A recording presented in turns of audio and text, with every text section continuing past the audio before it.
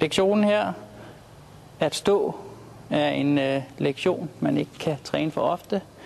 Jeg mener, det er den vigtigste lektion, der overhovedet er, at kunne få hesten til at stå stille. Det er en øvelse, der er meget simpel, men den er utrolig svær at mestre. Og hvor succesfuld vi er med den her øvelse, det handler om, hvor konsekvent vi udfører den. Her kan se her, der bevæger hun sig, og hvis jeg tillader den her form for bevægelse, så får jeg aldrig en hest, der kommer til at stå stille. Kommandoen stå.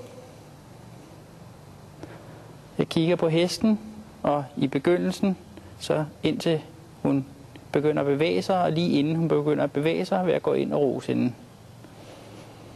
Nu står hun fint lige nu. Dygtig. Stå.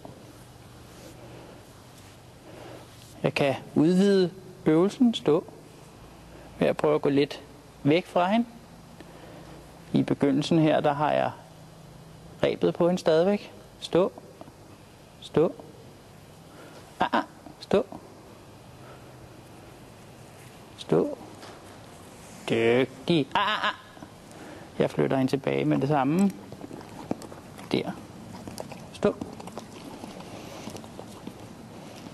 Stå. Jeg prøver at bevæge mig ned på siden af hende. Stå. Stå. Dygtig. Dygtig. En ting at træne til senere tilridning af hesten, det er jo også at begynde at stå her og hoppe, få hende til at stå stadigvæk. Stå. Og hop ind i hende. Stå. Stå. Ja, stå. Dygtig. Og det frem. Sådan. Dygtig.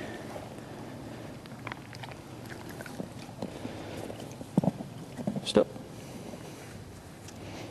Stå.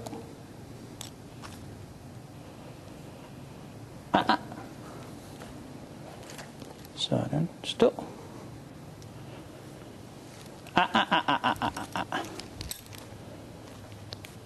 Stå. Stå. Stå. Stå. Dygtig. Dygtig flicka.